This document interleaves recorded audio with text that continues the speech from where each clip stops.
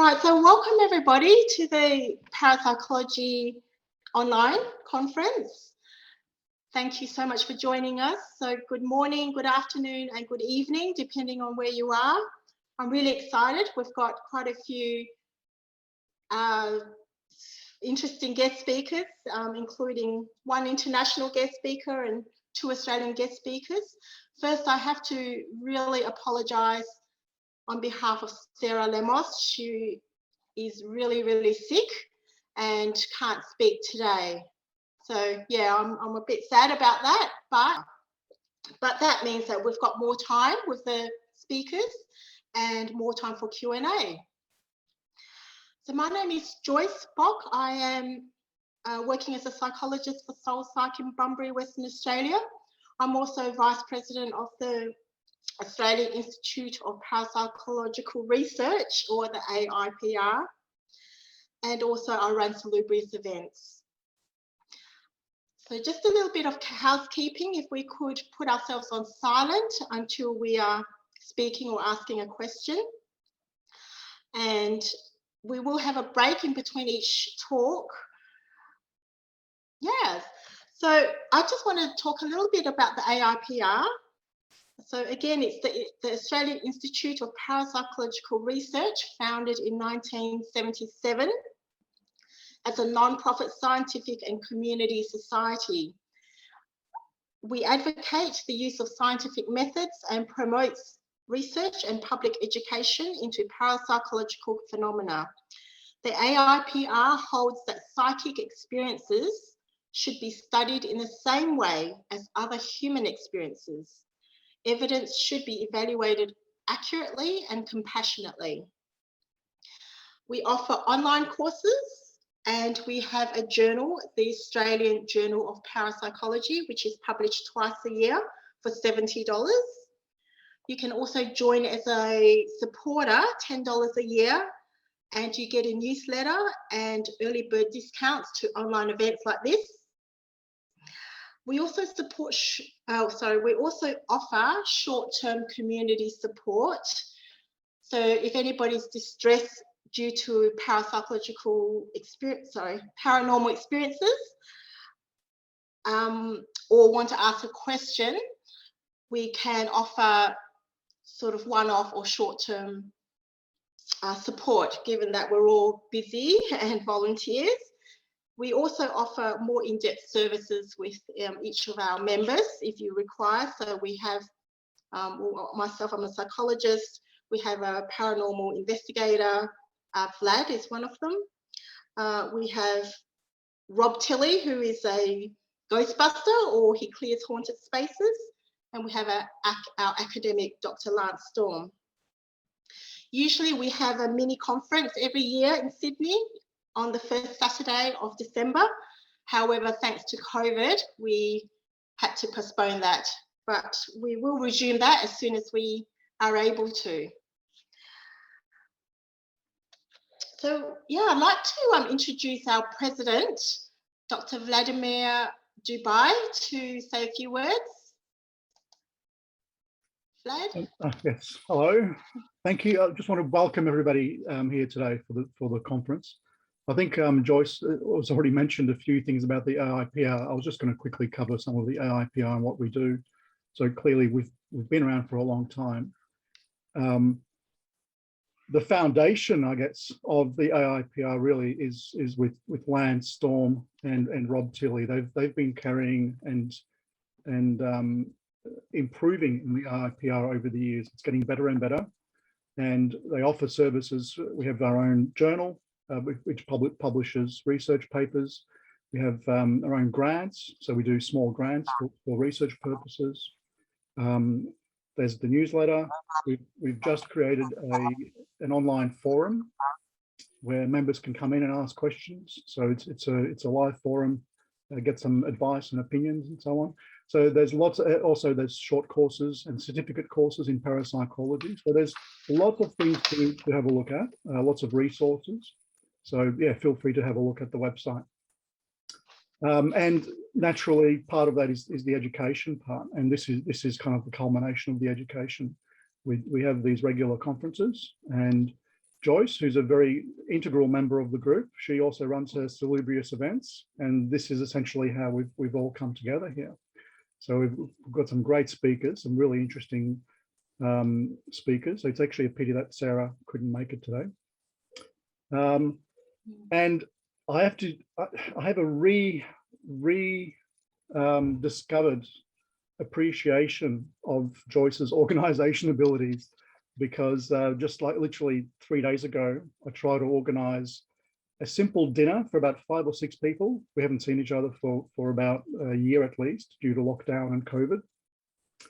And inadvertently, I had scheduled it for the Mother's Day Sunday without knowing about it. So I sent off emails and text messages and LinkedIn messages to all these people saying, hey, let's all meet up on a Sunday on the 7th of May. I gave them the wrong dates. Everyone had kind of started agreeing. Everyone's saying, yeah, sure, we'll meet up on that date. Then I had to send them another email saying, oh, I'm sorry, I actually got the wrong date. It's actually this particular day. And then someone mentioned, oh, hang on, that's Mother's Day weekend. And all of a sudden it all blew up out of, all over the place. So then I'm backtracking, sending out more emails saying, oh, actually, sorry, we can't really do it this day. Long story short, there's a long sequence of messages on LinkedIn, on Messenger, Facebook, emails and stuff, me getting progressively more and more desperate, trying to sound casually calm. And at the end of the day, I had not organized anything. There's no dinner organized. All I had managed to sow was mass confusion and used up a lot of ibuprofen. So I have a really great respect for Joyce and her ability to actually put all this together with international speakers and local presenters with really interesting material. So thank you to Joyce and the speakers themselves for actually contributing their knowledge, their experience and their wisdom and sharing that with us today. Okay, so yeah, greatly appreciate it. Thank you. Great, thank you, Vlad. Yes, I think events is one of the hardest things I had to do.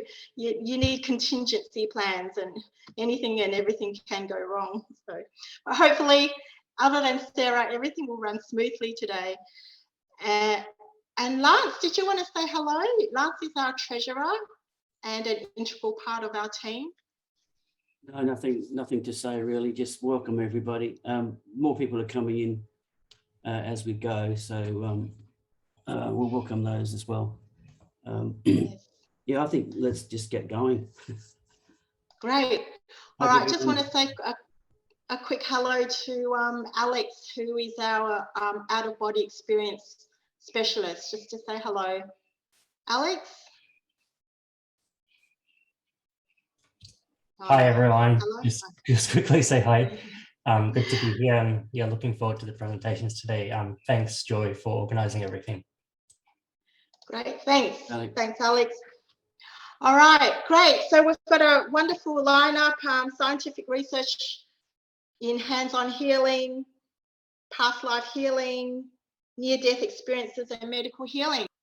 Really excited to introduce our international speaker, Bill Bengston, or William Bengston. He's a professor of statistics and research methods at St. Joseph's College in New York and the president of the Society for Scientific Exploration, an international group of scientists who study anomalies. Dr. Bengston's research has produced the first successful full cures of transplanted mammary cancer. And I can't really say this word, methylchelanthrine-induced sarcomas in mice by energy healing techniques that he helped to develop. He has also investigated assorted correlates to healing, such as EEG and MRI entrainment, and geomagnetic micropulsation anomalies in healing space. His current work involves the attempt to reverse engineer healing and reproduce healing without the healer. So can we put it in a jar and use it for later? So I'm really excited to introduce Bill Bengston.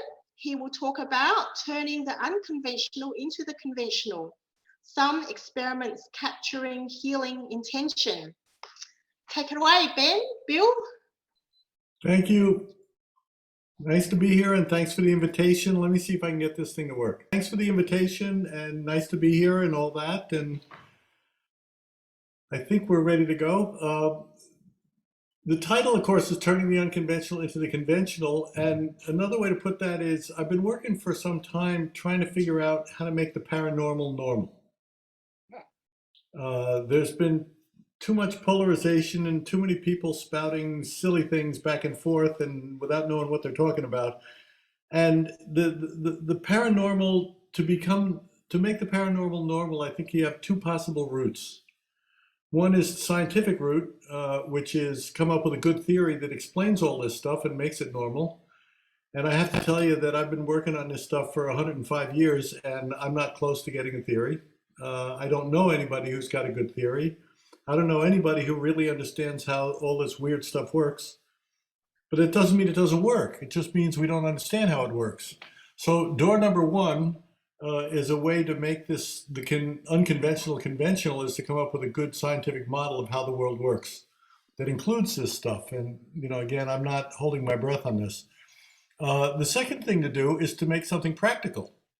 In which case, if you have something seriously practical, most people don't care how it works as long as it works. And I've taken that second route. I'd give almost anything for the first route, but I have to tell you that I'm not close. I'm not getting closer.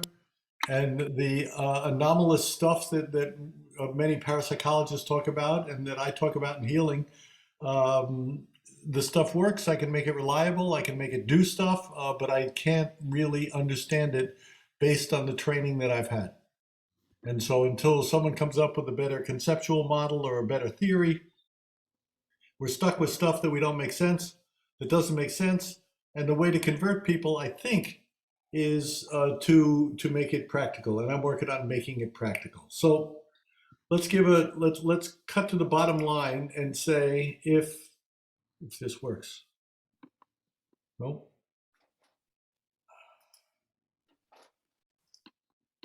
It's not working. Oh, I got it to go. Okay. Bottom line, I'm cutting to the take-home message, and we're talking about healing now. If you're going to make it healing conventional, we need a theoretical model that's going to fit in with our understanding of how medicine and healing generally works. I'm not close on that. Or we need to make this thing very practical. And that's the route I'm going to take tonight. So in order to make it conventional, in order to make it practical, healing needs to be both storable. We have to show that healing can be stored, and we have to show that healing can be scaled. And so keep those two things in mind: storability, scalability. I'm going to show you some data that'll give you a sense of storing, and then I'm going to show you some data that'll give you a sense of scalability, and I'll show you what I'm up to now, at least as an ongoing research project.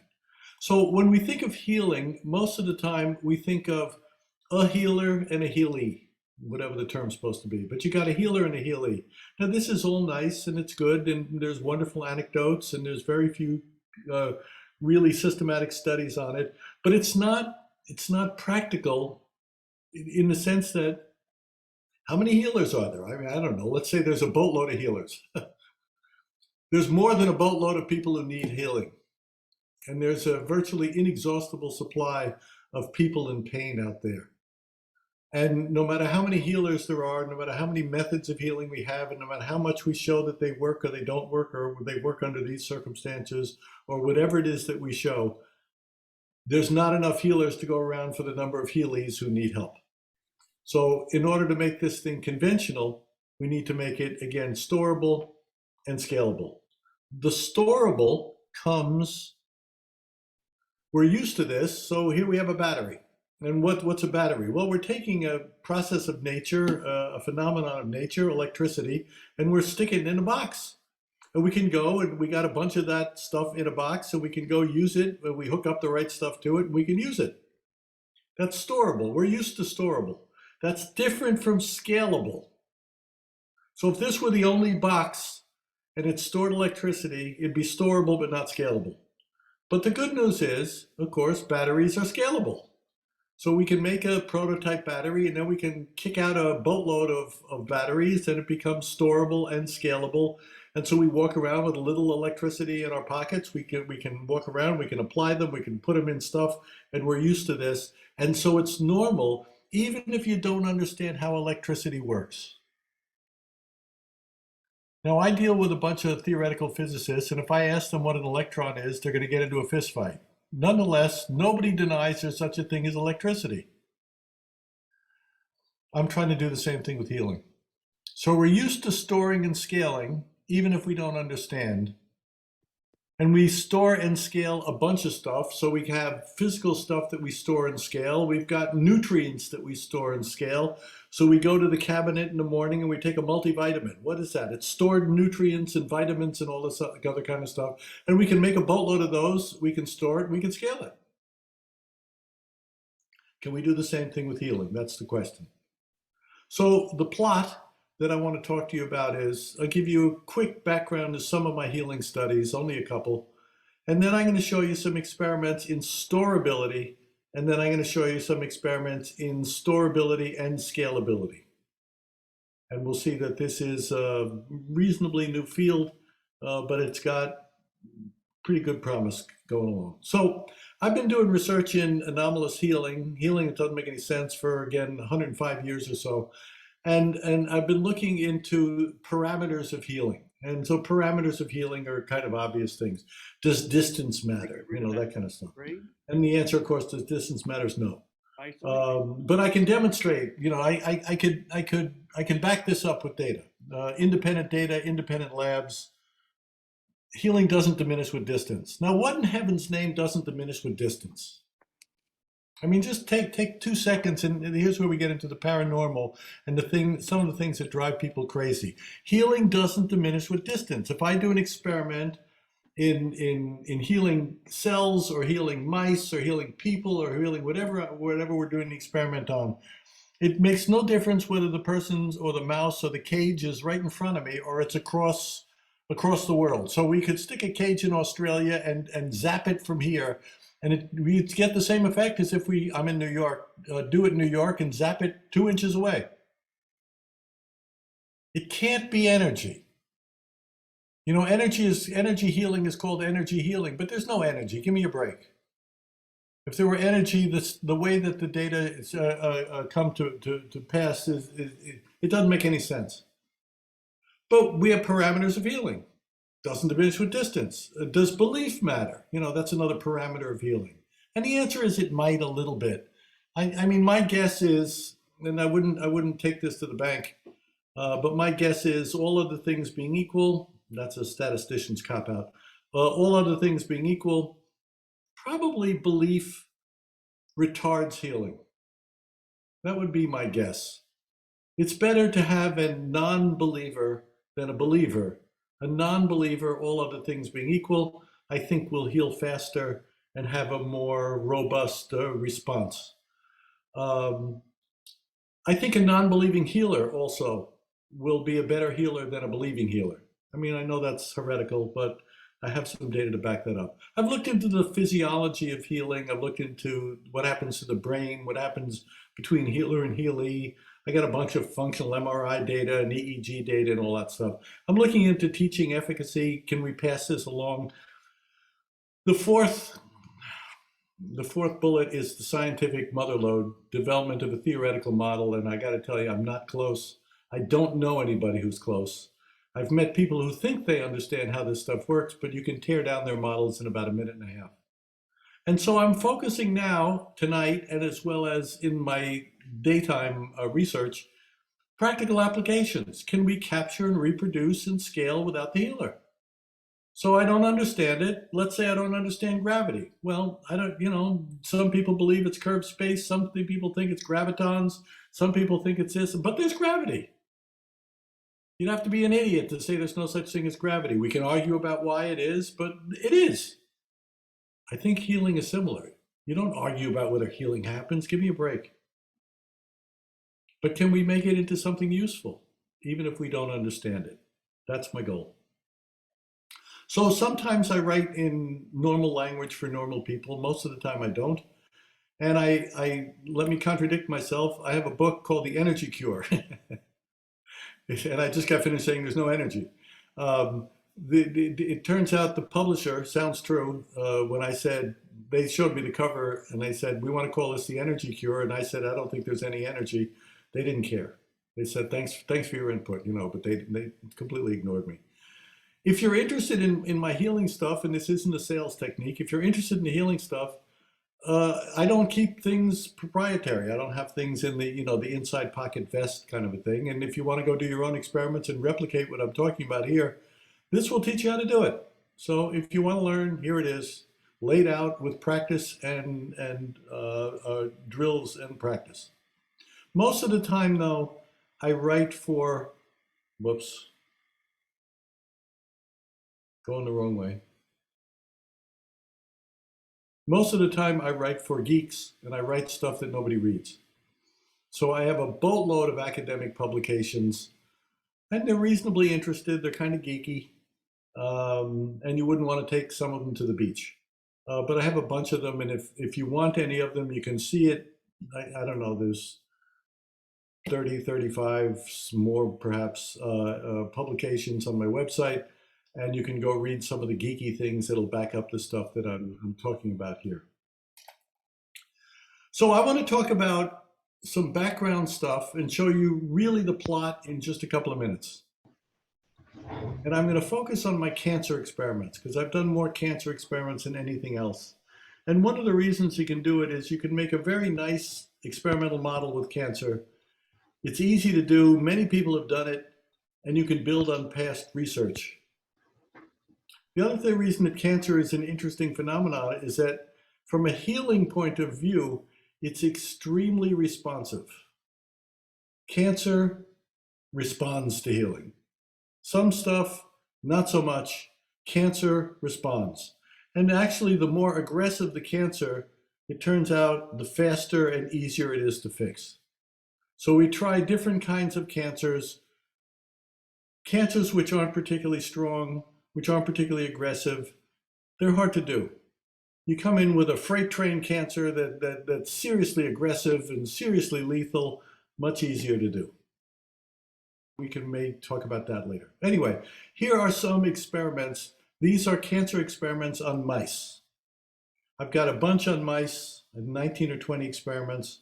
I've got a bunch on cell cultures. I've got some studies on people. I've got some studies, but I'm going to talk to you quickly about mice stuff. So I've done a lot of work with mammary cancers. And at City University of New York, I have 2 experiments. At St. Joseph's College, I have 2 experiments. This is all on mammary cancers in mice. Arizona State University, 1. Indiana University Med School, 3. Brown University Med School, 5. Sarcomas, University of Connecticut Med School, I have 2 on that. Oncogenic mice, University of California, San Diego. Nude mice, Brown University Med School. Extremely aggressive cancers at Wake Forest Med School. And breast cancer studies, bladder cancer studies, and melanomas that I just finished at Tokyo University. And so I'm calling on not speculation, but some serious multiple labs getting the same stuff regardless of where I am. And I'm going to show you just a quick excerpt from some mammary cancer and give you an idea of the plot. So what I do, because I think in very simple terms, I take something that's already thought to be known and I introduce a single variable. The mammary cancer that I've studied is the single most studied cancer ever. And so anybody in oncology will know this. Forget the geeky stuff that's up there. The thing that matters is the last line, a month. We'll just round it out and call it crudely a month. And what that means is nice and simple. You take these mice, you'll see a couple of them now. You take these mice, you inject them with cancer, certain amount of cancer, a certain kind of mouse, and they're all dead in a month. And that's the bottom line. And then medical researchers come in and they try, let's give them chemotherapy, let's give them radiation, let's give them vitamin C, let's take them off vitamin C, let's do whatever we're going to do. And we try to see what happens, and we try to extend, or we try to change the shape of the curve. You go from a normal curve to a negatively skewed distribution, you say, I've made a breakthrough. Can we break it? Can we get any mice to go past a month? We'd have a breakthrough, that kind of stuff. And when I got into this and using stuff that's off the shelf, meaning everybody in oncology knows this stuff, it's off the shelf, the mice are going to die in a month. 100% of the mice are going to die in a month. No mouse has ever lived past a month. And there's over 2,000 publications on these mice. So this is something thought to be known. And then you have someone like me come in and say, let's run what you already know and what you've run many, many times, and let's introduce healing and see what happens. Does it change the distribution? Does it change how long they live? What happens?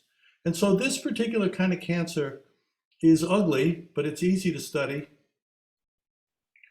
And it doesn't metastasize, and it grows pretty ugly, and this is a tumor. I mean, this is huge. It's eating the leg. You can see the furs falling out. If you could see the eyes, nobody's home. You don't have to be a biologist to say this is not a happy mouse, and this mouse was probably dead by the end of the day.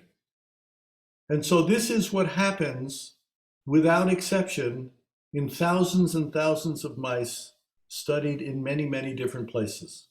And then I come along and I say, let's introduce healing and see what happens. So here's a picture of me acting as a healer. I'm not a healer, but here's me pretending I'm a healer at Brown University, putting my hands over a cage of cancerous mice. My volunteer healers are never healers. They're ordinary folks who learn my method and then say, I don't believe any of this nonsense. And I say, beautiful, go out and do it anyway.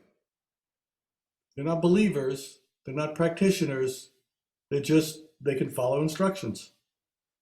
And so I have faculty members who act as healers. They don't believe the stuff. I have students who act as healers. They don't believe the stuff. And I introduce that to the model that's already understood. So if you do this, interesting things happen. The tumor starts to open up, it ulcerates, and it gets very big, and it looks like it's very ugly.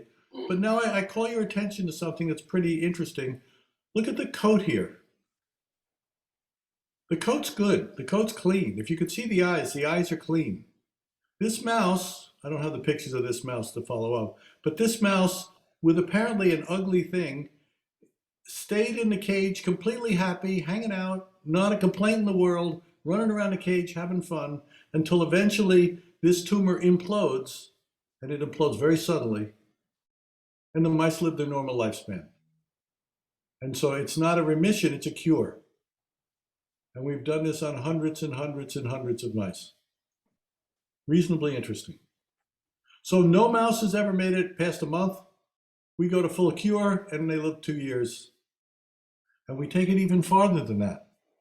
Once they've been treated and once they've gone to cure, we can re-inject them for the rest of their life and they can't get cancer. Now let that sink in. The mice have the memory or the information on how to beat cancer. And it came through the healing process. And from my point of view, the question becomes, can we take this information that's now in the mouse and use it to make a cure? That would be a practical, scalable application. Could we make, for example, a vaccine? And the answer, I think, is yes. Would we be allowed to use it? I doubt it. But could we make it? Nah, I think we know enough now to make it. So I do this with various types of mice and various types of cancers and various types of labs. And in all, wherever we go, we take different kinds and we introduce the single variable of healing and we watch, see what happens. And we find cures all over the place. And so if we look at a really crude list of things that I've looked into, I can say with independent labs, we can make healing reliable. Doesn't mean we can store it, it means we can make it reliable. Doesn't mean we can scale it, but we can make it reliable as long as you got somebody doing the healing. I can state and defend, not tonight, but I can defend that there's a dose response to healing. That if you do very, very little, you're going to notice that you needed a little bit more. And so there is a modelable dose response which occurs in healing. Healing proceeds not in a linear manner. It goes in sudden bursts. And so you'll be going along, you'll have a mouse hanging out, and it looks ugly, it looks ugly, it looks ugly, and then suddenly the tumor implodes. The same thing happens incidentally with people. And this is one of the problems of making this conventional. People confuse healing with magical thinking. And so, I've heard healing called spiritual. I don't know what that means, but if you're expecting magic and expecting instantaneous magic, you may not hang around long enough. What I've found is sudden bursts is the process that healing occurs. So you're going along, you got a tumor, you got a tumor, you got a tumor, and then it's gone. Whether that's an animal, a vegetable, or a human. Healing is fundamentally information, it's not energy. I can show you a resonant bond between healer and healee, at least as measured by brain phase locking. I can tell you with reasonable certainty that a particular state of mind doesn't matter. You don't have to be spiritual, you don't have to believe, you don't have to get all gushy, you don't have to be flopping on the floor doing this, thinking you're doing something special. Healing can be as routine as walking across the street. And I can keep going with this and going on and going on. But you get that idea, the general plot. It's not a question, do you believe in healing? I don't understand the question. There are patterns, there are reliable patterns. We can do them in independent labs. Healing happens, and let's see if we can turn it into something that is practical. So the focus, eventually I get there, can we store and reproduce? Question 1. Question 2, can we make it scalable? So first I'll show you storing and reproducing, then I'll show you scalability. Use a couple of different things. Going back to the great Bernard Grad from McGill University, I just ripped off his ideas, but he has demonstrated that cotton in particular is a good storage medium for healing. In other words, way back in the 60s, Grad found that a healer holding a piece of cotton, just ordinary cotton, holding a piece of cotton, that cotton that has been held by the healer can be used as a surrogate to reproduce the healing without the healer. And so the first question is, does cotton store healing? Get a separate question from, can you make it scalable? But can cotton store healing? And we have gobs of experiments to show that, yes, cotton can store healing. So it's an organic material, it stores healing. You can have healing intention, and then you apply that healed cotton, and you can put it on a mouse and you get results. You can put it on a person and you get results. It can be stored. And I've done some genomic stuff. I take a bunch of cotton and we put some cancer cells in a dish, a well plate, and we bring the cancer cells and we put them over the charged cotton, and the cancer cells genomically change. Now that's interesting, and it happens reliably. You can do it over and over, independent labs. It doesn't make any difference where you do it. You're going to have significant changes and protein folds and p-values and all this other kind of thing if you bring cancer cells near charged cotton. Of course, if you put cancer cells near ordinary cotton that hasn't been charged, nothing happens. Another organic material that we've played with is we've played with treating the cell medium itself. So you go into an in vitro lab and you're playing with cells and such. You got to have a nutrient in which the cells grow and thrive, et cetera, et cetera. And so we don't treat the cells, we treat the medium that's fed to the cells. In other words, has the healing been stored because the medium store the healing intention? And it turns out, yes, it does. We can take these and give the treated medium and give them to cancer cells, and we have wild changes in growth. Now, this is interesting. What we average is about a 600%. I mean, you don't need to do statistics for this. We have about a 600% increase in the growth rate of cancer if we treat the medium and put the cancer cells in the treated medium. The cancer, it just has a field day. It loves it. It starts to reproduce wildly. It's obviously responding to a stimulus. And the effect is not subtle. Now, some people get upset at that. They go, you know, shouldn't you be killing cancer? No, this is healing. There's a difference between healing and killing. Why would you kill cancer? You would rather heal the organism, yes? And so this is actually one of the few hypotheses I've ever gotten right. I said, if we're treating a medium and we're giving it to cancer cells, the cancer cells should like it, because then our client, our healee, is a cancer cell. And what does cancer like to do? It likes to reproduce.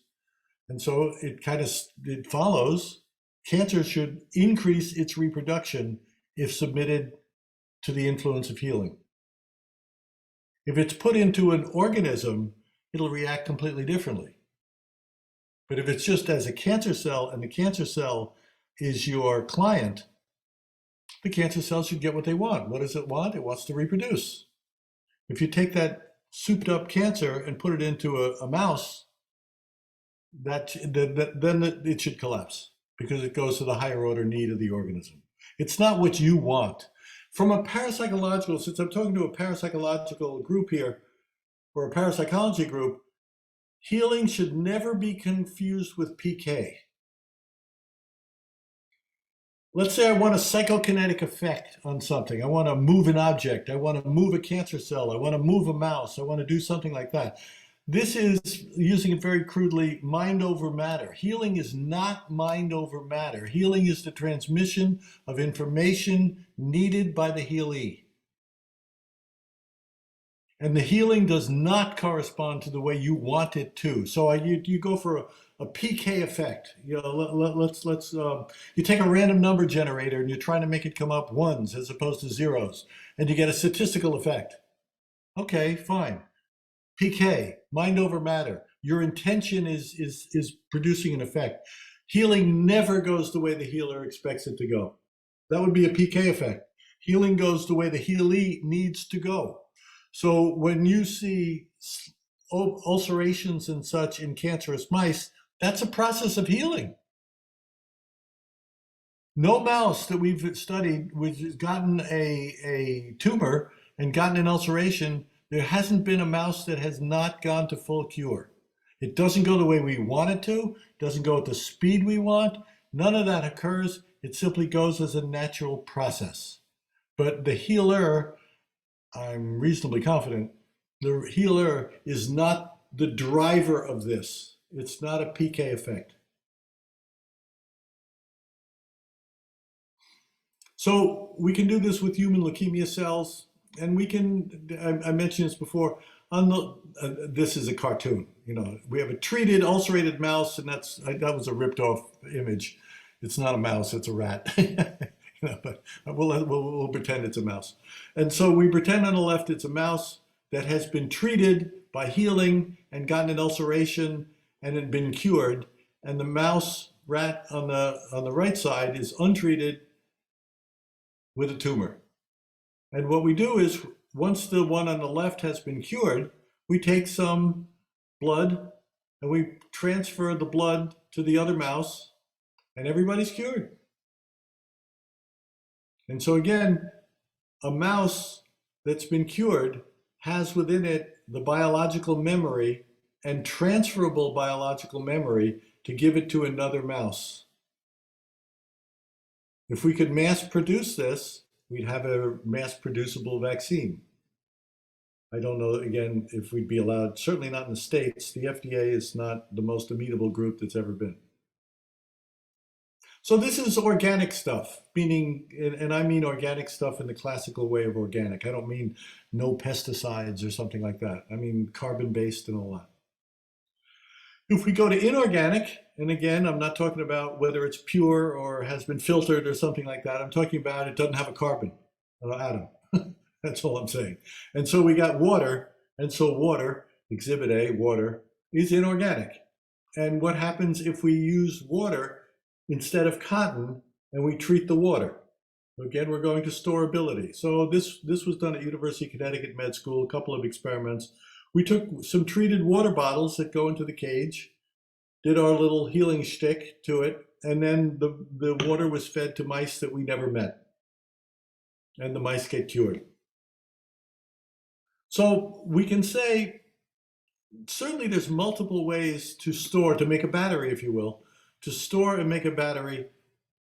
A bottle of water can be the healing battery. A piece of cotton can be the healing battery. The cell medium can be a healing battery. There's a bunch of stuff that can be a healing battery. Can we scale it? And so now we switch questions to not just recording, but scaling. Now, what's the most scalable?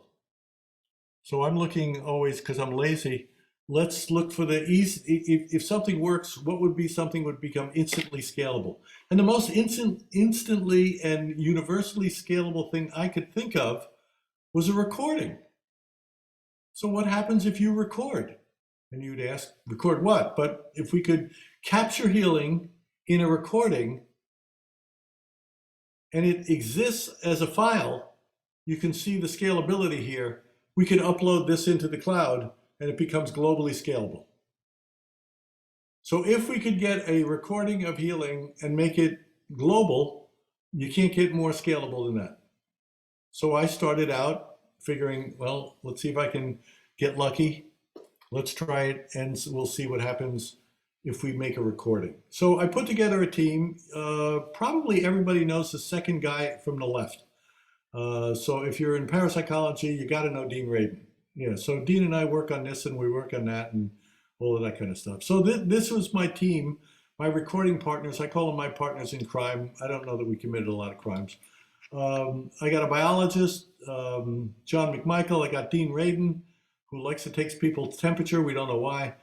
We got Mike Turner, who has a PhD in signal analysis. And since we're doing a recording, I need someone who's off the top, over the top, and he's the only person I know with a PhD in signal analysis. He's a member of the SSE. We got a bunch of geeks and nerds there, and I can call on a bunch of weird folk there. And on the right is Sarah Besum, who is our bench biologist, who orchestrated the day-to-day stuff in the lab. So if we can record, it becomes scalable. Question is, can we record? This is my team for recording. And we kind of went a little bit over the top to make this reasonably elaborate. This is a big wonkin Faraday cage. It's about 12 feet by 12 feet. And since we're doing electromagnetic signals, we need an electromagnetic free zone to do experiments in, so we don't have outside interference and electromagnetic pollution. Like all of us right now are living in an electromagnetic soup. It's very unnatural.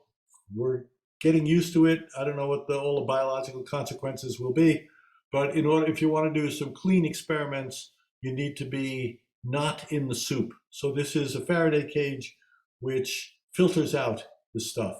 And so it's a big wonkin thing. And on the inside of this,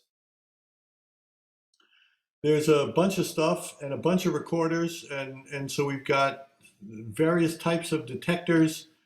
We even have scalar field detectors. And so since we don't know what we're doing, we came in and we put 38 different kinds of detectors inside the Faraday cage. And they were of various stripes and various combinations and all of that. And what we did is, inside this Faraday cage, see if I can get back. Inside this Faraday cage, 3 people, I was one of them, 3 people took a piece of cotton, We had 3 people standing inside this, running all 38 detectors.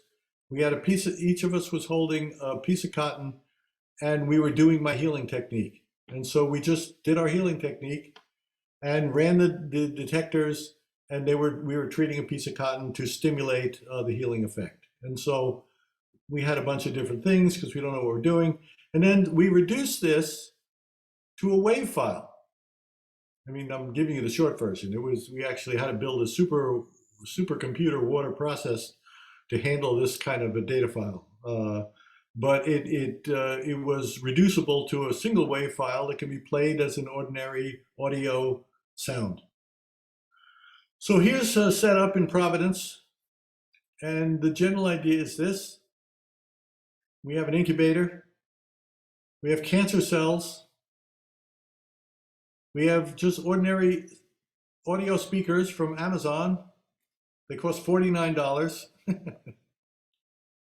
The reason I'm laughing is that in order to build the recorder and to do the recording, probably was north of $300,000 just to make the recording.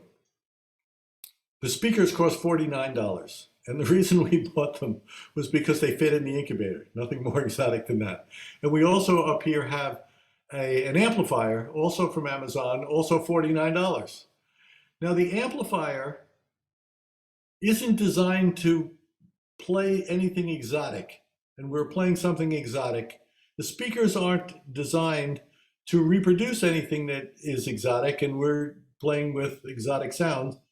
And the cancer cells are just hanging out in the bottom. They had no instructions. So the general idea is inside this incubator, kept to a certain temperature, we got cancer cells, and on an automatic timer, a recording is turned on, goes through an amplifier, 2 speakers into the cancer cells. And then the question is, what happens to the cancer? Is there any evidence for an effect? Remembering that if there is an effect, it's instantly scalable because it's a recording. So we ran genomics at various doses, 4 hours, 24 hours, 48 hours, and et cetera, et cetera. And we ran genomic tests on 167 genes. And what we found, and we did it 7 times, and what we found is 68 of those 167 genes had a significant, predictable genomic change. Something was going on, recognizable by the cancer cells, and if we start to look at this and look at the 68 genes that changed, among the things that happened was apoptosis was upregulated. Apoptosis is programmed cell death. Your cells in your body kill themselves at certain intervals, and this is called apoptosis. Cancer, incidentally, does not kill itself. So cancer has been described as a more perfect version of ourselves. It doesn't commit suicide. It's immortal. You know, it just, I mean, unless it kills a host, but it just keeps going on and on and on and on. When we submit cancer cells to this recording, they start to kill themselves. We're not killing any cancer cells. They're taking themselves out. So we found changes in apoptosis. We found changes in a variety of markers that have to do with the immune system, with telomere length, with a variety of things, and a reproducible effect with 7 replications at Brown University. This was a reasonable breakthrough in that we published this in a conventional biology journal. And the biologists, you know, who are not the most interested in the paranormal that I've ever met as a discipline, the biologists, I mean, how do you turn it down? What did we do wrong? And so they published it. And we have some pretty interesting conclusions that came out of this. The first one, which it matters a whole lot here, is reproducible changes have been induced by the healing intention, whether by direct healing or the recording. So 68 out of 167 cancer genes are affected by the recording, a reproducible phenomenon in a recording which is infinitely scalable.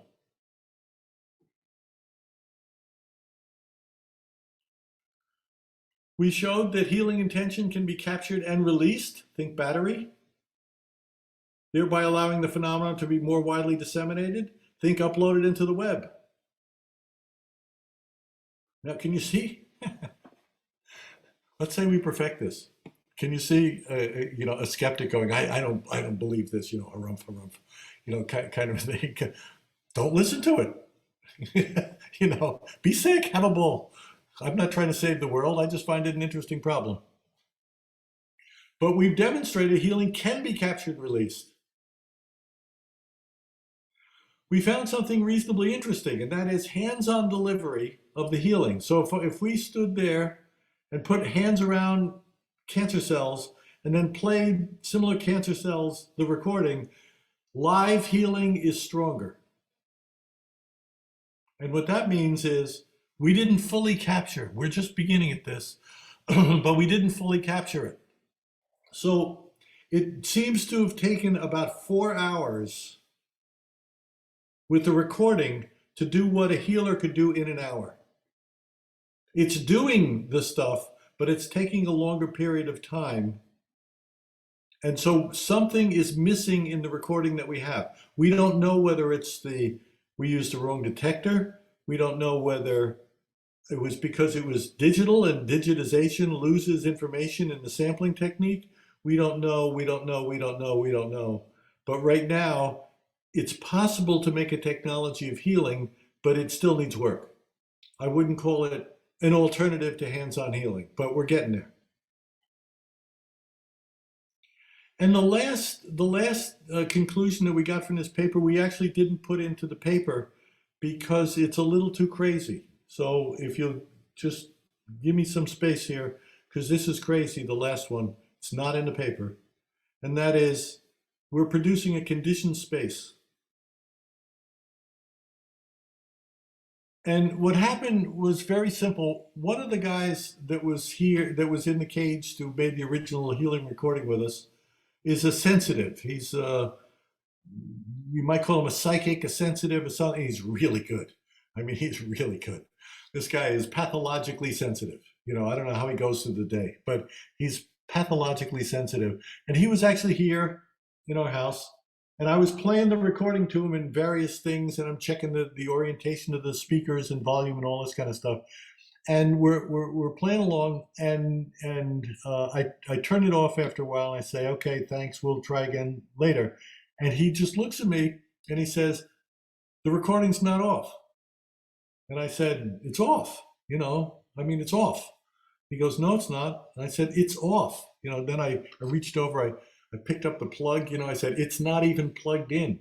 You're a dope. It's off. And he goes, it's not off. He wouldn't back down. So I said, I got to test this. Guy has too good a track record. So I called up to the lab in Providence and I said, get some cancer cells. Before you put them in the incubator, play the recording, turn off the recording, leave the recording off for a few days, and then stick in the cancer cells. So Sarah played the recording to an empty incubator, turned it off, waited 3 days, and stuck some cancer cells in. And darn it, they genomically changed the same way. And so the space itself has been altered. Now that is methodologically confounding if you're doing experiments, because the space, it turns out, reacts differently depending on what's happened before. We got a problem. On the other hand, think of the possibilities for therapy. What if we condition the space of a healing environment? So what if we go into a medical practice, play the recording, condition the space? Would we change the outcome of the healing? This is in the drawing boards. So we found in 7 replications with the recording on cancer cells, we obviously have something, and now we have to try doing it with mice. And so the setup is basically the same. This is the same amplifier you saw in the incubator. This is the same speakers, but now we have cages of mice, and this whole thing is automated. So we've got cages of mice being played a recording through an amplifier, and then we watch to see what happens. And what happened, we started to get ulcerations like we did using the hands-on approach. And then I got suddenly shut down, and that was by the animal ethics people. When the animal ethics people saw these ulcerations, even though I had shown them many ulcerations before, they freaked out and they whacked the mice. And then they weren't suffering, but they came in and they killed the mice in the name of being humane. That wasn't good. I lost $140,000 on that. But nonetheless, we ended up having a pretty interesting, some pretty interesting results, even though it was an aborted experiment. And it was wrongly aborted because the mice showed no signs of stress or illness, just like we had found in previous studies. But this turned into another pretty good paper in a conventional biology journal. And we found that with mice being played the recording, same thing, we get a whole bunch of results. The recording produces biological effects in the mice. It changes some of the stuff in their blood. It changes inflammation markers. It changes white blood cells. And look at the last one. Some of these things are not subtle. Spleen weight, which is an indirect marker of immunology, spleen weight increased 5 times. Something is going on, and something serious has been stimulated by this recording. But since we were aborted, we had to go a little bit farther. I just got back from doing some experiments in Tokyo. And here we did breast cancer cells, bladder cancer cells, melanoma cancer cells, and with the mice exposed to the recording. And once again, we're finding stuff. Significant effects are seen in the breast cancer model. Tumor volume is different. The mass of the tumor is different. The blood is different. Interestingly, we did not see a change in the melanoma. We don't know why. And we think there may have been a procedural problem with the bladder cancers. They didn't develop tumors. Nonetheless, this became an interesting paper.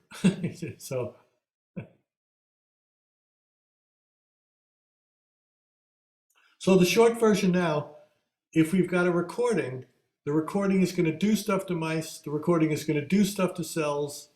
We haven't done a human study on the recording. It would be an interesting one to do. Now we're going to switch over to water. So I already showed you water that we've treated and fed to cancerous mice and they get cured. But now the question is, can we store it, scale it? The recording is storable and scalable. Can you make water storable and scalable? That's the question. So we're dealing with water, and the question is there any way to enhance it, and is there any way that we can mass produce it? And we got into the enhancing. It was interesting.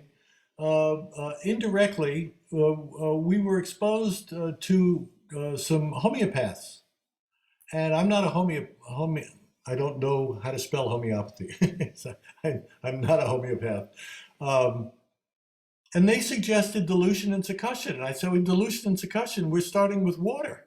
How do you dilute water? And they said, try it. And so we tried succussing, and we tried taking water and pounding it, and we tried taking water and pounding it and then diluting it with more water, and we, feeling like an idiot. But the craziest thing happened. It seemed to make the healing faster.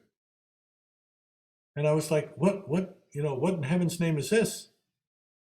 And so once again, I went to a pathological sensitive, and I said, how many times should we dilute? How many times should we succuss? How many times? And they did their sensitivity hocus pocus stuff and came out and gave us some numbers, and we tried the numbers, and darn it, they seem to have been right. Should pay attention to these pathological sensitives. So, storing healing by taking treated water that we've done normal healing, so to speak, and we've made stronger by dilution and succussion. Now the question is, can we scale it?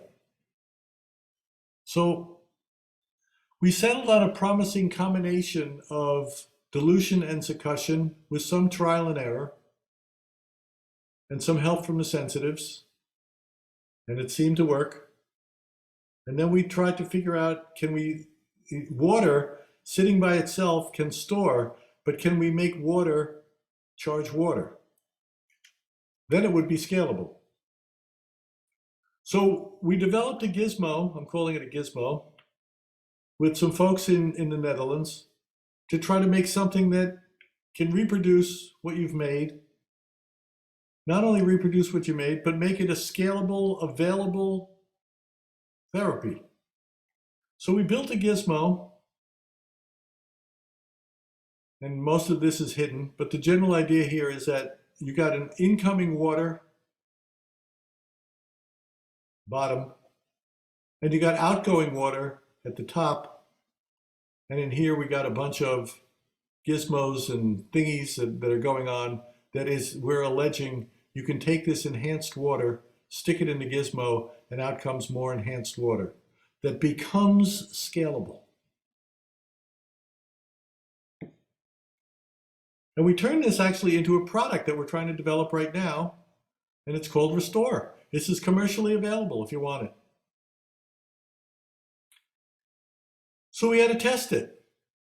What happens to this, what we're calling Restore? What happens to this water that's been diluted and succussed and stuck through a gizmo? What happens if we take this out into the real world? We've already done a bunch of cell cultures. We've done some mice. Let's try some people. So we did 3 clinical studies of about 100 volunteers each, 2 in the States, 1 in Europe.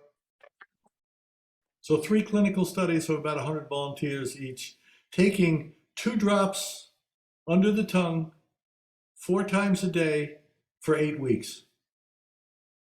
All of these people had some problem. Something was wrong.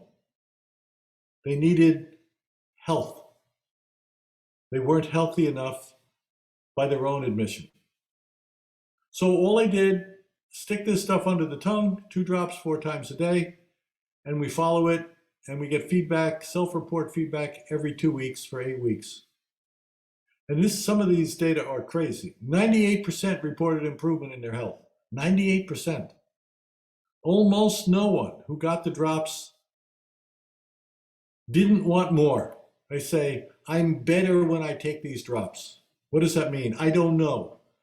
And some people I said, my depression's lifted, my tumors fell off, whatever, but everybody virtually says, I'm better with these drops.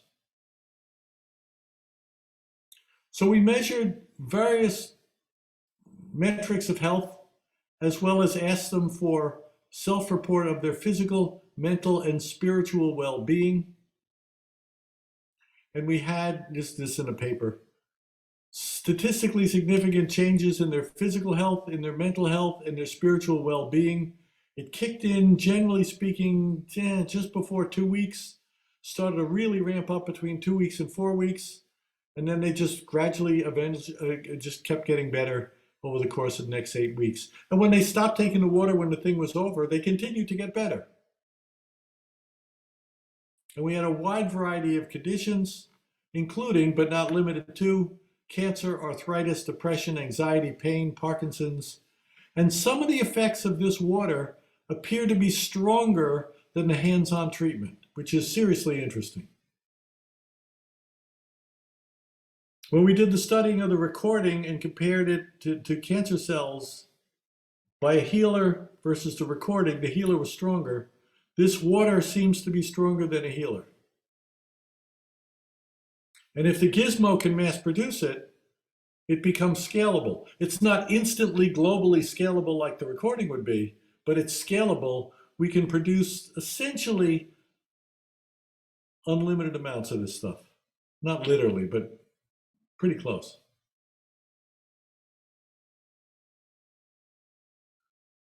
So, possibilities. What happens we go back to the recording, if we condition the space of a treatment room, what happens if we supply clients with treated water? Can the recording and/or the drops enhance clinical outcomes? I've got a study going on right now. It's about a week old. I'm blind to it. I design the studies and then I don't go near them. I'm considered a contaminant. But we have a double-blind, placebo-controlled, randomized trial on COVID. Because we've done a few hundred COVID people very quickly. It's not a particularly hard problem to solve. And so now we're doing a seriously controlled medical study to see if we have the COVID answer. I suspect we do, but it's too early to tell. I should know in about a month. And that would be fun. So we would have, and it's a water-based therapy. So the only thing the COVID people are taking is water, but it's water that's been informed with healing intention. And we've done this to a whole bunch of people with a whole bunch of good results. And now we're taking it to formal trial. But wouldn't it be fun to get rid of COVID? And we'd get rid of COVID with water. And I wouldn't have any idea how it worked. But if you had COVID and you wanted it, put these drops under your tongue. That's about all we have now. Put the drops under your tongue, see what happens. What happens is you wake up the next day and you go, the test must have been wrong, I'm fine. That's interesting. So, can the recording and/or the drops enhance clinical outcomes? Working towards this and working towards trying this in actual clinical settings. So we've got water-based therapies we're playing with for people. We've got them for animals. We've got it for plants. We're doing a bunch of studies on plants. I don't think there's any question now that, yes, it's storable in water and you can make it stronger than it originally was. It's reasonably interesting. Third bullet down, I'm interested in whether or not directed therapies are different than generically treated water. In other words, if I treat water with a specific intention of using it for pain, does it become better for pain than if I just treat water and let nature take its course? We don't know the answer to that. So what are the possibilities? There's a whole bunch, because we have storability, we have scalability. So I need to thank some of the folks who have gone a long way and out of their way to try to help me along. So I have to do this anyway. And the next thing is a joke, so don't take it too seriously. It's also probably a copyright violation. Someone made this for me. When Bengston comes in, everybody play dead. Anyway, thank you. Wow, thank you, Bill. That's really fascinating. We have a few questions. Are you okay for questions? Yeah, sure. Let me, if I'm assuming I don't need this, so I'm going to stop sharing and we can look at each other. Yes, you don't need that. Yeah, yeah. And you know, I showed you cotton, I showed you cell medium, I showed you mouse, I showed, you know, who knows, you know, how far this can go and what, you know, other, so if you think of this as the nascent stages when batteries were first developed, that's about where we are now. And what I'm trying to do is create a technology of healing, which means we can externalize it. Everybody can work on the problem. We can make it better. You know, I mean, it's nothing more exotic than that. And so this is my first attempt. So we've got our first battery, our first car, our first, you know, but what we have is a proof of concept that it's possible. You know, next thing you know, someone will come along and say you can get in a long tube and fly, you know, but I don't believe that. But you get the idea. The Wright brothers are slightly different than Delta, but you had to start with the Wright brothers. I think that's about where we are. You know, so proof of concept, it is possible to fly. It is possible to have a healing technology, but it's also, by extension, possible to make it a whole lot better than we have now. The recording, what we were trying to do is see whether if we record, actually run a recording of healing intention, whether we would capture something. And what we did is, because we don't know even remotely how to begin such a question is Dean and I got 38 different kinds of detectors that we simultaneously ran inside of a Faraday cage while 3 people practiced healing intention on the inside. So we we don't know what would happen if we switched out, you know, because some of the detectors probably are useless and some may have been useful, but we're not sure. One whole phase of research will be, are there better ways to do a recording? And I'm looking into that, you know, right now. And by recording, you mean magnetometer recordings? Is that what you mean? We had only one. We had 38 different kinds of detectors, even including scalar fields. Just before I was asked about earthing, Jim Oshman is the guy who turned me on to earthing a couple of years ago, and I called Jim and I said, here's what we're working on, what should we do? And he did his Oshman shtick. And then he said, scalar fields, you need to include scalar fields. So that's how a recording or a detector was put in there. And then we had a magnetometer put in there. And then we had, we had enormous possibility of taking anywhere you want along the electromagnetic spectrum, including scalar fields. And we threw the whole thing together through a supercomputer, reduced it to a WAV file. Interesting. Lots of power, lots of machine power behind you. Interesting. Big time, big time. Yep. Yeah. Wow. Vlad?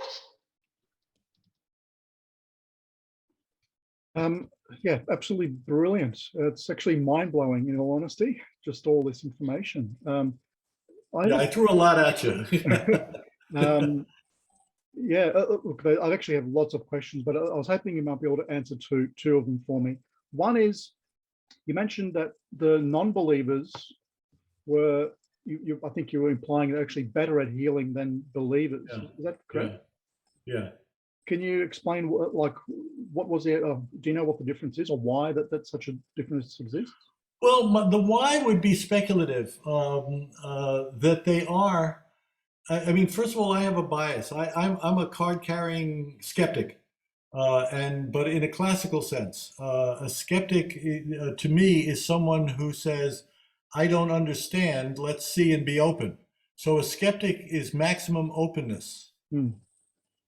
A believer is shut, and so a believer knows the answer. And so believers themselves come in various flavors. I don't know if it's flavors, but you got everybody, they got people who believe everything is true, and you got people who believe everything is false. They're both believers. I'm not a believer, I'm following the evidence. I don't know enough to say yes or no, and I find believers to be, regardless of which way they believe, I find them to be arrogant. And so I just simply have a personal preference not to be hanging around believers. So when I would go around looking for volunteers for my studies, I generally go not to believers, and a believer could say, "I believe you're wrong." That's a believer. "I believe you're right." If anybody says to me, "Wow, your stuff's amazing," I believe it. I go, "Ooh, you scared me," because I don't believe it. You know, I just can't make the healing stop. And so I suspect that a skeptic, and there aren't that many skeptics I've run into, a skeptic has a much greater chance of being open and allowing healing to occur. A believer, particularly a believer who's done something once, I suspect that the reinforcement of the attempt to reinforce belief is part of what happens in parapsychology with the decline effect. And you get people who come into a new task and they're playful and they're jumping up and down and they're excited and they get tremendous results, and then they go, "I got results," you know, and it's almost like it's a trauma. And then now, "Can I do it again?" You know, now you start getting serious. Now you get, so I think the things that will kill anything is a believer, and I suspect a ritual will kill anything also. So what differences did you find between a non-believer versus like a psychic healer? I didn't do systematic studies. I simply have anecdote. So I can't really. I'm saying I picked this. I've spoken, for example, in skeptic societies. You know, they invite me, and it's really fun to go to a skeptic society because there's no skeptics in the room. they're all mindless believers, and so you go into it and they're like this, their legs are crossed, their arms are crossed, their ears are crossed, everything's crossed, and then, and I usually start by insulting them, which is my superpower. But the way I insult people is I say, I'm the only skeptic in the room. And then they get really harumph, and I say, you already know everything I'm about to say is wrong. And you don't even know what I'm going to say. And then there's some of you who think everything I'm about to say is right, and you don't know what I have to say. You're all mindless. Mm. Listen, and then see if you can come up with a good counter hypothesis. A skeptic, I've taken my data to departments of oncology in medical schools. You want to see a hostile group? I've spoken to like 75 oncologists, who have no experience in this, and they go after me, try to cut my knees out. I think it's fun. And at the end they go, we give up, you want to try, you want to be a healer. Well, I don't know how to, I said, I don't either. I'm not a healer. I can just heal. How hard is healing? Stop making it so special. Relax. Have some fun. Yeah. The decline effect is the loss of playfulness and the institution of ritual. If I try to do the same thing again and I do it just right, then I'll reproduce the effect. Oh, please, you're going to kill it. And believers have a tendency to, regardless of which flavor they come in, I believe it's true, I believe it's false, they have a tendency to try to defend their beliefs. And I just start with the assumption that I'm wrong about everything so I can relax. I also start with the assumption you're wrong about everything. It's nothing personal, because I've still never found anybody who knows what they're talking about, including me. I would never listen to me. Yeah. The other question I had for you was the water dilution technique. So you do the healing aspect of water, and then you mentioned the dilution technique. Yeah. Why do we need to dilute the water? Why not just use the water as it is? Because that doesn't make it scalable. And this goes to the storability and the scalability. The storability, water, we treated the water, we fed it, we've given it for leukemia. You drink it down and gets rid of leukemia, gets rid of, and all that. But that doesn't mean it's scalable, because there's a boatload of people who need the water. And if we go back to my initial slides, if you got a healer and a healee, it's exhausting. Can I just jump in, Bill, on the water? Have you ever noticed or drawn a parallel between holy water? No, I don't know anything about holy water. A pope or a priest will say a prayer over water and make it holy water. Do you think the same intention effects are in there? No, I think different techniques produce different results, and I don't have data to back that up. So I holy or not, whether you call it holy or profane, you can make water heal, but my impression now is different healing techniques produce different results on different phenomena. And I don't think healing should be thrown into a monolithic box and as if all healing is the same. So for example, the stuff that I do, and again, it's not a secret, you can go pick up my stuff and do it yourself.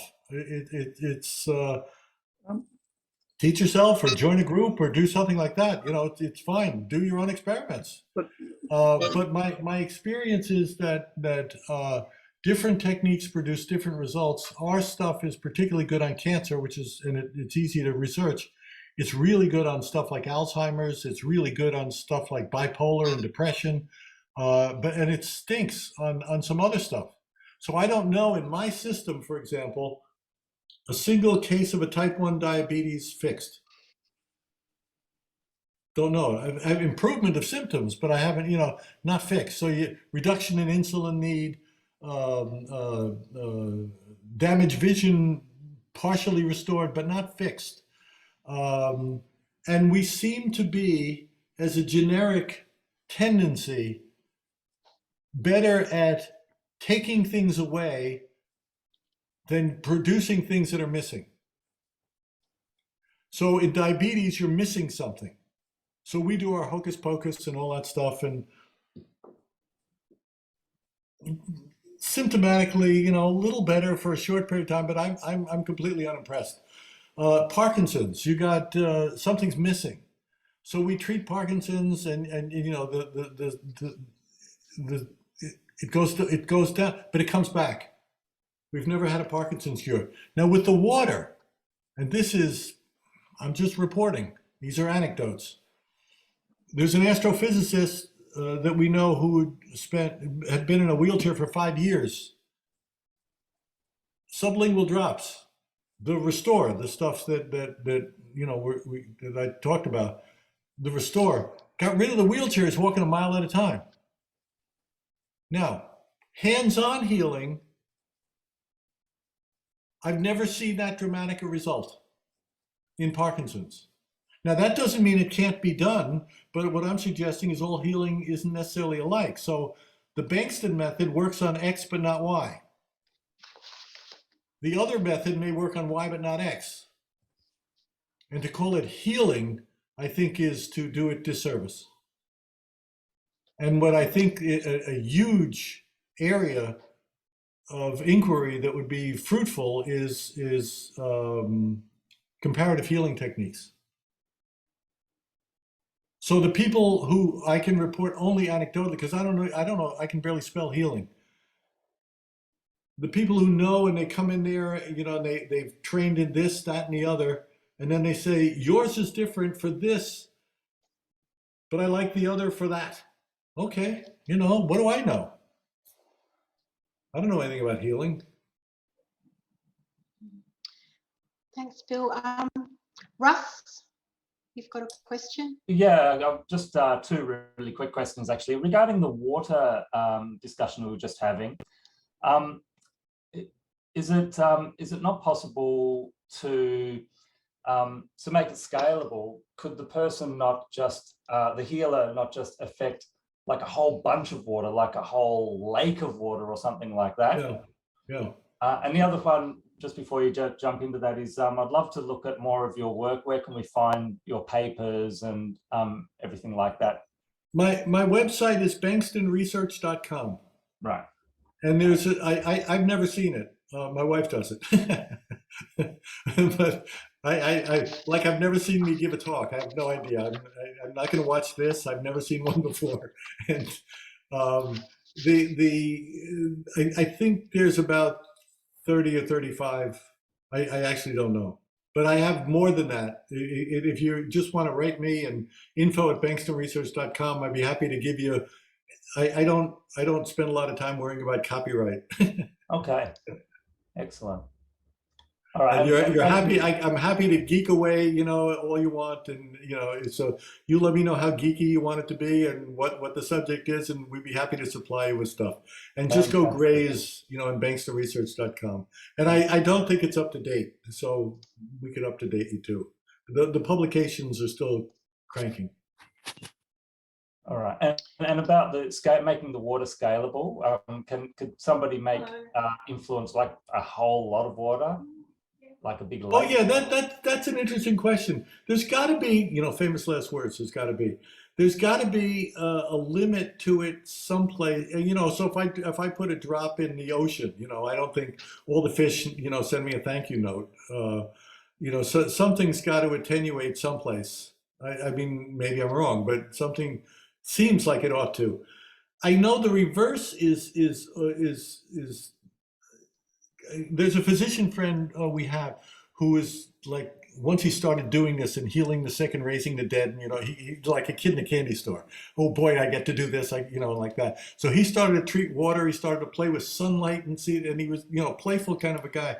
And he lives in a semi-rural area where there's a lot of polluted wells. And what he's taken to do is take, he goes, I'm not giving them a lot. I'm going to take a little bit of water, treat it, or get it out of the gizmo, or whatever you want to do it. And he drops it in the wells, and he says, and they clean up.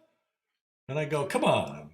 What do you mean they clean up? And he goes, they clean up. There's no more smell. There's no more this. The water's pure. I said, no, I don't believe this crap. You know, come on. I don't know, what's the limit? So, you know, you got a well with X amount of water, but what if you go to a lake? And what if you go to a big lake? And what if you go to... But what I was getting at really is because normally I guess when you treat water, you've got like a little bottle of water and you hold your hands around it or something like that, right? Yeah. But would somebody be able to just go straight to the lake and just go, rather than, because we talked about diluting Oh, it. treat the lake. Yeah, treat the whole lake. Yeah, you probably would. I would consider it to be unethical, but you probably could get some effect. It'd be worth doing. I'd be too scared to do it, but I'd hope someone else would do it. Yeah, I see. I have a very, very, very strong prohibition against healing someone that doesn't know that they're being healed, and or they also have the right to say no.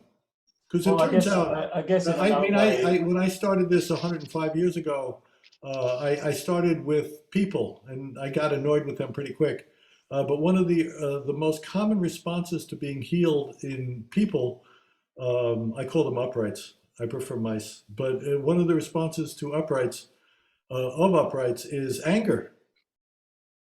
So when you get, particularly if you've got a serious chronic disease, anger follows usually the treatment. Because you've screwed up a person's life. You know, they are the disease. They're the poor. You know, and then the loser comes along, goes hocus pocus, and takes away their identity. I guess in a more industrial sense, if you went to the water bottling factory, and you know, there was a tank of 250,000 gallons of water, could somebody treat that whole tank? All in one go? But even then, all you got is the 250 gallons. So, and you know, we have those experiments on, you know, plants, mice, and cells, and all that stuff. But if we can turn the water into a water producing, so it's that's what I'm talking about, is scalable. So imagine if we could perfect. See, the recording right now, I wouldn't take as an alternative treatment to a healing. I might be a complementary treatment, you know, so but then complementary to what? I just started a couple of days ago a study with a homeopath in Canada, and we're looking at interactive effects of homeopathy in this stuff, and to see whether if we treat, you know, this way or that way and combine this and that. There's virtually nothing done on combinatorics. It's not known. It's not known in conventional medicine. It's not known in unconventional medicine. So you go to a lung guy and they give you a prescription for lungs, and you go to a heart guy, they give you a prescription, and you go to and you say, how do they interact with one another? And the only answer is, I don't know. You know, it's too complex to model. Well, there ought to be interactive effects of healing, and there also ought to be negative effects. You know, this isn't magic stuff. It's not pure, it's not spiritual, it's a real phenomenon. You know, gravity has consequences, so does healing. Sometimes gravity doesn't work to your favor. Sometimes it does. Sometimes healing doesn't work to your favor. Sometimes it does. And the question is, what are the combinations? So if you're on statins, you don't want to take grapefruit. Okay, well, if you're on healing, do I want to? You know, it's the same kind of question. But for reasons that are just absolutely astonishing to me, healing is special. Why? Gravity is special. Electricity is special. Healing is special, but not more than the others. Yeah.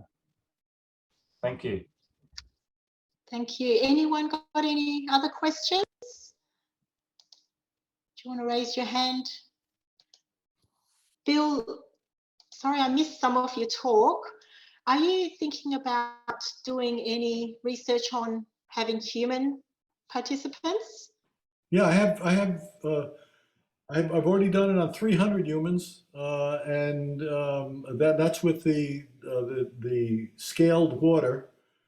And right now I'm doing on 300 more people a COVID study, and we're going to try on humans interactive effects with homeopathic remedies. Okay. That should be Really sufficiently interesting. scary to me that I'll want to run back and play with the mice. Oh. Yeah, no, I'll be very keen to hear the results of that. Yeah, me too. Come, Me too. yeah. Because I don't know what's going to Anyone? happen because I don't know anything about this stuff. Mhm. I have no way to weigh in on that. No idea. Yeah, no idea. Thank you. And if so, if it had those, I would ask the same kind of questions. Whether it comes from lords or it comes from, I don't care. What does it work on and what doesn't it work on, to get an idea about what's going on? So when I say, for example, we're lousy with type 1 diabetes, it doesn't mean it can't be done. It just means it hasn't been done so far. An interesting phenomenon in a kind of a sheldrake morphogenetic way is when someone tells me I'm full of it, which is most of the time, but when someone tells me I'm full of it, I can do diabetes, and then they do it, it turns out, it seems to be as if then other people can then do it. Uh-huh. And that's seriously interesting. So when I'm saying we haven't had an effect on type 1 diabetes, it doesn't mean we won't. It just means to date, let's put that in the pile so we understand what we're working on and what's not. We haven't had a cure of Parkinson's with just hands-on. We've had better results with the water, and that just makes my head explode. And then the question would be, can we enhance it again? Can we, So I'm thinking in terms of technological questions. Can we make it better? So we're really good at taking things away. So if you have a tumor, we're really good. If you have a benign growth, we're not good at all. So if you're talking about seriously aggressive cancer versus a wart, it's not even close. To me, the wart is the big W. Nothing. Can I come in with a question? My name's John Webber. I'm a psychiatrist in Melbourne who's very interested in all of these issues, psychic phenomenon. Do you now, allowing for the fact that you don't have any beliefs, do you have an underlying idea of how these things work? I mean, if I was asked, what's my core idea, it would probably be that consciousness precedes matter. And I like that idea. Do you have a sense of what? I think you can't defend that matter comes before consciousness. I can't defend that. Consciousness being fundamental, I think, is kind of fundamental. But so you believe that? Yeah, I accept that as a working hypothesis, but I don't believe it, because as soon as I believe something, I'm sure I'm wrong. Yeah. But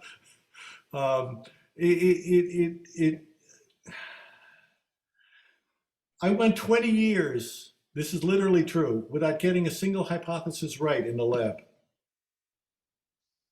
Until finally one day I woke up in a manic state and ran around the house. And what's the matter? What's the matter? I said, I think I figured it out. And it had to do with resonant bonding. And I think I can explain how placebos work, for example.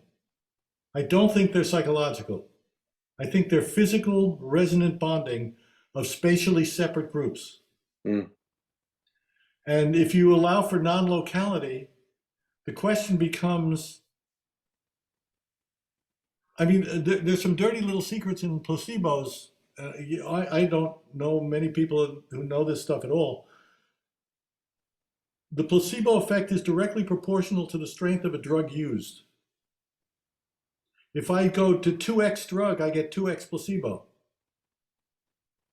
Now, how do you explain that psychologically? Mm. The larger the group, the faster collective cure. The larger the group, the stronger the placebo effect. So if you're taking, whether it's a psychiatric drug or other kind of non-psychiatric drug, and you're taking it through, I'm going in the States now, through phase 1, phase 2, phase 3, and all that kind of stuff. Phase 1, you got a dinky little study, you get a dinky little placebo effect. You up the numbers, you up the placebo effect. Until finally you get to stage 3, and you almost never get, the placebo effect negates the drug effect, because it becomes that closely to mimic the results. Yeah. Now, what's happening? It can't be, I mean, and I could list you other data. It can't be psychological. This is a physical resonant bonding. And if we start thinking in terms of connection, not entanglement, that's a one-way process, but rather resonance and the sense of connection. So everybody here has had a sense of connection and a sense of disconnection. You felt close, you felt far. On Monday, you love your dog. On Tuesday, you hate your dog. It's not the dog. It's the connection. Mm. I measure this. So I have papers. I don't know, everybody switch spots. But I have some papers with EEGs and I have some papers with functional MRIs. Look, and we sample 38 leads every 500th of a second, you know, again, monster databases. And I show brains going to phase locking at a distance. Now, if that's the case, that's healing. Now, if it's which came first, the chicken or the egg, that one I actually solved. That took me 3.5 years. It's the chicken. But I give you the details down the road, but it's the chicken. Whether the resonance comes first, healing is connection. Healing is love. So now why do you hate cancer? I thought you were a healer. Love it. Cancer are cells that are deaf. They don't know where they are. So you're a psychiatrist, you've studied a little biology. If I scrape some cells off my hand, what happens? Well, my body starts to make new cells and it stops when it gets it fixes the hole. How does that work? You have no idea. Exactly. You know the steps that it'll take, but you have no idea who's in charge. Mm. None whatsoever. You say that to a biologist, they'll leave the room screaming. Yeah. But we do the mechanism. We know the mechanism. Who gives a damn about the mechanism? Give me a break. What's controlling this mechanism? And they say the answer is I don't want to deal with that. I too much. No, too that's much. lovely. Thank you. No, it does, because it does bring back that whole concept of what is the original, what is the process, and what's the I love that your working theory is the idea that consciousness precedes matter. You know, that it's somehow that's kind of primary rather than secondary. And we're talking about connection at a distance. Now, if it's connection at a distance and you're in Australia and I'm in New York, it ain't energy. You know? No, indeed. So it's not energy, it's an informational coupling. That doesn't answer the question. That makes you feel safe. So if I say it's informational coupling and you go, oh, wow, you've explained it. I haven't done nothing. Thank you. Again, I've never found anyone I can't pull their legs out from in 30 seconds, including me. When I talk, I am haunted by the little birdie on my shoulder that says, you're full of it. And here's why. And so since I and everybody else I've ever met, maybe there's somebody here who knows something, but I don't. I and everybody else I've ever met,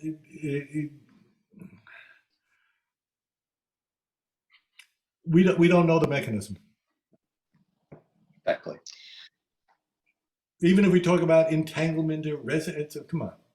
Oh, it's no, cute, it's all that, but it's making you feel safe. That's all it's doing. Well, no, it does, and at least it gives you a sense that there's just way more to it. But even they still won't talk about quantum theory and time not being linear when they're teaching physics at school. It's remarkable because it's a bit too scary. And yes, we can't define it completely. But so thank you very much. Really appreciate your thoughts. Lovely. Thank you. Interesting that Dean Radin, when I was asking Dean Radin about chakras, he described on a web forum that he didn't know of anything solid about chakras, and is there any kind of analog in the body? And you're a healer, Bill, so I'm wondering, did you ever employ your healing through your hand to locate or specialize in the chakras when you did your healing?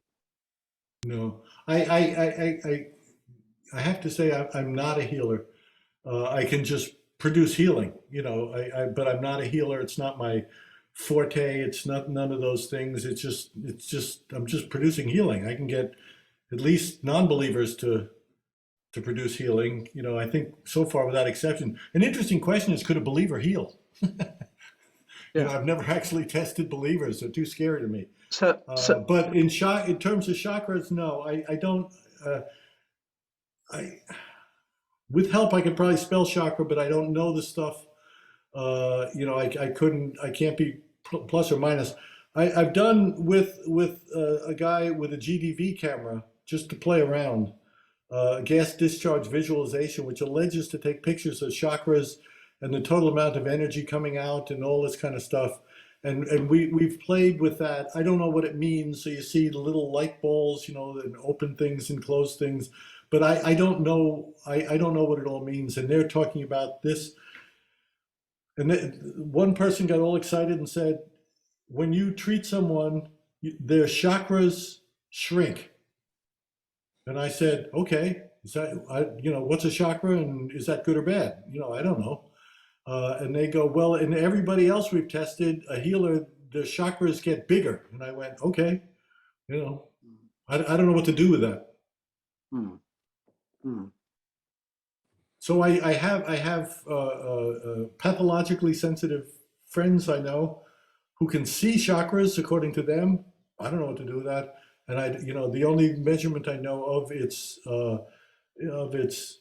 so-called energetic strength is a GDV, and I have no idea the reliability of that. Just a quick follow-up. You said in your book here, Energy Cure, that something came out of your palm at one point, or maybe it was your friend Mayrick. So is there something about the acupuncture points? Yes.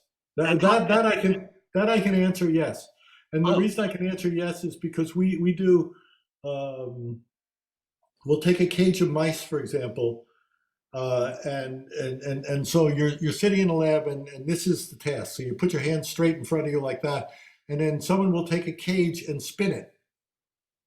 The mice don't like that, but regardless of the orientation where it stops, we do this, and the mice will always move to this spot on the hand, and only the left hand.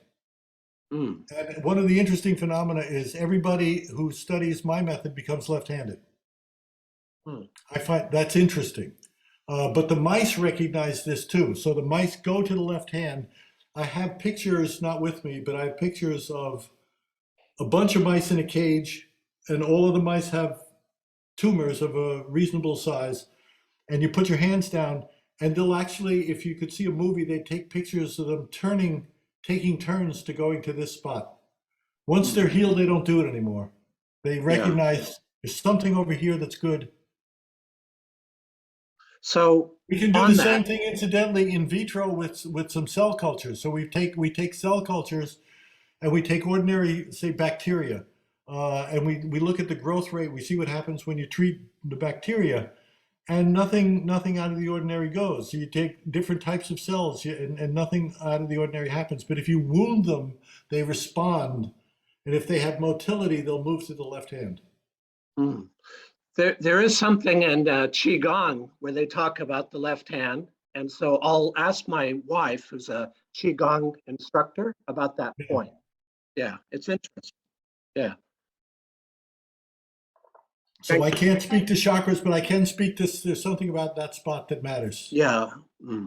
I'll check that out. I'll email you. Yeah. Thank you, Vlad. All right. Do you want to unmute yourself? Yep. One very, I guess, quick question. If we all want to actually now test ourselves during the break, or we can, you know, perhaps charge up our coffees and things. What methods would you recommend in terms of how long would you use to, you know, would you spend charging up a bottle of water, and what kind of thought would be involved for the healing? Well, the only way I know to charge water is through my cycling technique. You know, I don't know of other ways to do it. So again, I'm not a healer. I don't know anything about comparative healing. I would be a lousy clinician because I don't have a variety of tools to bring to a patient. You know, I just develop my own, and then I test it into oblivion. So the answer to your question is, unless you know how to cycle, I don't know how to help you. because I don't know enough about healing, but I don't feel a connection to water the same way I do cotton, for example. And so I'm more sensitive to changes in the cotton. And in the cotton, it depends on how much you treat. If you've got a little amount of cotton, you can probably get rid of it in 15 minutes. If you get up to like a pound roll, I don't like it at all. So, I don't like it. And, what we were talking before about, what if you go down to a lake and put your hands, I couldn't connect to that in any way. I mean, that doesn't mean someone shouldn't try it. It just that I couldn't connect to it. So it seems to be a function of the target. But we don't know enough about the different materials, how quickly they, and I don't even know if I'm using the right term, absorb, whatever it is that we're doing. My suspicion would be different healing techniques would work differently. My suspicion would be individual idiosyncrasies would probably take the same healing tradition and come up with divergent results. when you were treating the mice, you had a photograph of you with your hands over the mice. How long what thoughts were going through your head, and how long was that treatment going for?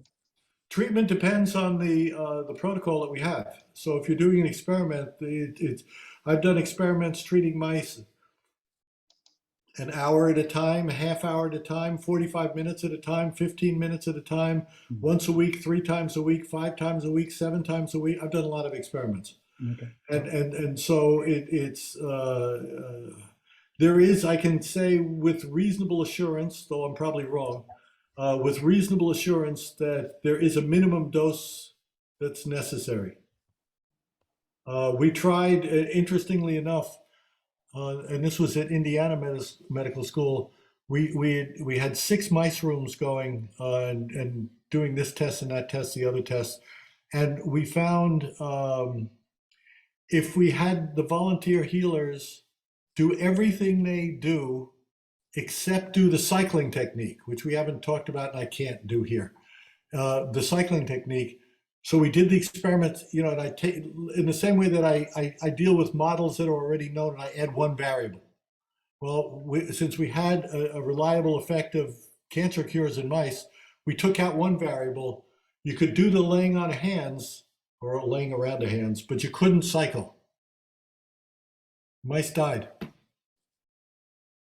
Now that's reasonably interesting. I don't know what it means, and I don't know the connection between the cycling and the healing, but something goes on. And anecdotally, people who are healers, as distinct from me, people who are healers report when they cycle, something changes. What that thing is the thing I'm looking for. Okay. To capture it, store it, and scale it. So the restore water for the sublingual drops literally came from me holding something smaller than this. I was probably holding between 10 and 15 milliliters. So holding a small amount of water, walking around outside on my deck for, I don't remember anymore, 15 minutes, 20 minutes. And then we took that water and succussed it and diluted it. Again, my head was exploding with the dilution of water with water. I don't know, what do you do with that? So I'm diluting water with water, and then I'm doing it again, and then I'm doing it again, and I'm succussing, and then I'm doing, and then we're putting it through this gizmo, and out comes this stuff that replicates, actually seems to make the original stuff stronger. It's just, it's confusing out there. Bill, can I interrupt? Can you explain what cycling is? No, I've explained it, but when I give a workshop, it takes me about a day. Oh, okay.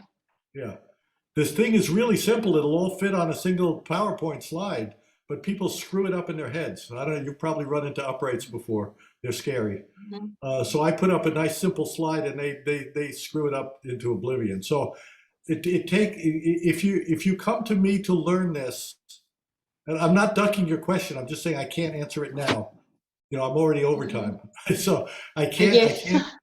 I can't answer it now, but it's not a secret. So you can learn it by taking a workshop with me. I'm not trying to sell that. You can learn it by picking up the CDs, which is that'll teach you how to cycle. And people, I get emails from people all over the world going, "I don't need you. You're a loser. You know, I just got your CDs. I did this, and now I'm healing the sick and raising the dead." I go, "Okay, I don't believe you, but okay." Mm-hmm. How are you going for time, Bill? We've got another question, but I don't want to take up. I know it's getting late where you are. And I'm, again, that's not trying to duck your question. I would say, do it, play with it, do your own tests, and show me I'm wrong. I'm perfectly fine. Yeah. Yep. Yeah, do it, play with it. Fine. I understand it's there's more. I got a more to group do with it. I in the States. I had no idea. There's a small group at an institution. I'm not going to say what it is. It's a parapsychological institution in the States, and this group of people got together and they taught themselves, you know, using the CDs how to cycle and do that. They've been doing it for years now. And I went out and gave a talk about something or other to them, and one of the guys said, "How many people in the audience have been fixed by Bengston's method?"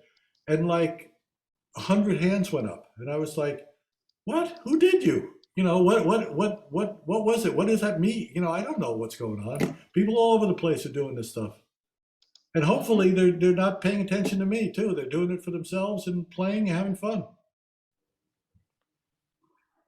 Great. Do you have time for one or two more questions? Let's go with one more. One more, okay. Russ? Give me the one that stumps me. Okay. Look, I was going to try and go down that same pathway. I just wanted to try and understand in essence what's happening with this cycling process. I know you don't want to go into the details, but is it you're transferring your healing intention into the water? What's No, cycling has nothing to do with healing. Okay. All right, nothing to do with move on to healing. the next question. That's fine. Has nothing whatsoever to do with healing. It's a mechanical process that you have to wean people off being, you know, magical and special and spiritual and everything else. Right. It's just a mechanical drill and practice that you undergo, and it has nothing to do with healing, but something happens. Okay. All right. It's very confusing out there. I'm confused. Okay. Yeah, me too. Good that I was clear. If you said I understand what you're saying, then I'd go, whoops, I screwed up. Oh, well, thank you so much, Bill. That was absolutely fascinating. I really think you have done your job in making it seem so simple and practical and conventional, like you said. We'll see where it goes. Yeah, and I'm just so excited that it can be stored. And I love your phrase, love the cancer. Unless you're Danielle, a killer. did you want? And what, sorry? I said, unless you're a killer. Unless you're a killer, yes. Yeah, I prefer to heal. Yeah, yes, yeah, definitely. Yeah, there's so much more. We could be here all day. But you've got a book, The Energy Cure, published by Sounds True Publishers. So can we get that through them and through your website and Amazon? Is it on Amazon as well? I don't know. And the thing, you know, if you're looking for data, it's pretty outdated. So the thing is 12 years old, so it'll get a plot of how I got here. But it's if you want more recent stuff, you know, 2022, 2021, 2020, you know, like that, then you're going to have to go to the website. And I don't know what Margaret's put up there so far, but, you know, I'm up through, already have some couple in 2022. So I don't know what she has up there. I've heard about websites. I've never seen them. Oh. Great. Oh, thank you, Bill. I'll put your website on the chat later. Thank you again for your time. I think we've all got a lot out of it. Good, good. And glad to hear it. Yeah. Have fun with it. Tear it apart. Try it for yourself and show me I'm wrong. It'd be a beautiful thing. Yep. Will do. Thank you, Bill. Can we just give him a clap?